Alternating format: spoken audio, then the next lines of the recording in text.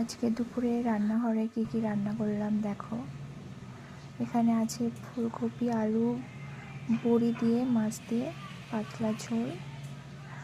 আর এখানে কড়াইতে এখনো হয়নি, এটা হচ্ছে বাঁধাকপি, আলু, মটরশুঁটি আর মাছের মাথা দিয়ে একটা সবজি।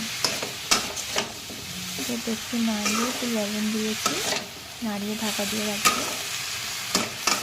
ভাত হয়ে গেছে, এই যে এখানে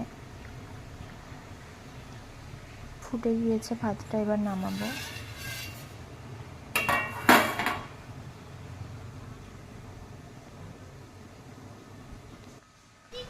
আর এখানে আমার ছেলে খেলা করছে বোনের সাথে, ওকে এবার ডাকতে হবে, ডেকে স্নান করাবো, খাওয়াবো।